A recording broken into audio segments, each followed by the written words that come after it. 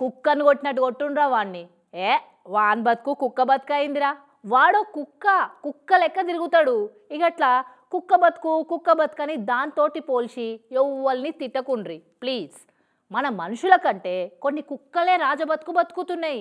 In fact ఇది చూస్తే she నీ అవ్వ వాడి బతికే బెస్ట్ ఉన్నది కదా మనకన్నా అని కొందరికి అనిపించవచ్చు. దానికి నేనైతే ఏం చేయలేను. అపురూపాల బిడ్డ ఉడితే ఆముదంతో ఇసిగా అడిగిందట. ఒక అట్లనే ఉన్నది కదా ఈ కుక్కను సాదుకుంటున్న అక్క తీరు చూస్తుంటే.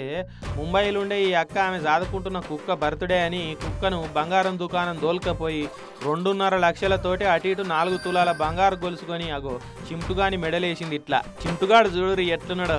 ఆ బంగారం దుకాణ పోల జిట్టే తలగేటట్టున్నది కదా. ఏదిరా షిమ్టు నీ గొలుసు డిజైన్ ఎట్లున్నదో చూపెట్టు, మా వాళ్ళంతా చూస్తారట. ఏం అదృష్టం ఈ షిమ్టు గాంధీ. అక్క కుక్కకి ఇచ్చిన ఇలువ కొందరు మనసులకు కూడా ఇయ్యరు. ఓ అక్క ఈ గొలుసు వేసుకొని షిమ్టు గాని వాకింగ్కు అట్లా తీసుకపోకు. అరే షిమ్టు బిస్కెట్ ఇస్తారా అని ఎవరన్నా గొలుసును గాయాబ్ చేయగల. కానీ ప్రతి కుక్కకు ఓ రోజు వస్తుంది అంటారు చూడురి. అగో అది ఇదే అన్నట్టు. అందుకే ఇప్పటి సంది ఎవరిని కూడా వాందో కుక్క బతుకు అని అసలే తిట్టకూరి అన్నట్టు ఈ కథ ఇట్లున్నదా. హనుమకొండ కాజిపేట కాడ గుండాల ఎంకన్న అల్లారు ముద్దుగా సాదుకుంటున్న కుక్క జీవి పోతే దానికి మనసులకు చేసినట్టే కర్మకార్యాలు చేసిండు. ఇక దినాలు చేసి సుట్టపోలకు భోజనాలు పెట్టిండు. కుక్క మీద ఎంకన్నోళ్ళ పాయిరం చూసి వచ్చిన వాళ్ళంతా కూడా కళ్ళలో నీళ్లు తీసిరట పాపం.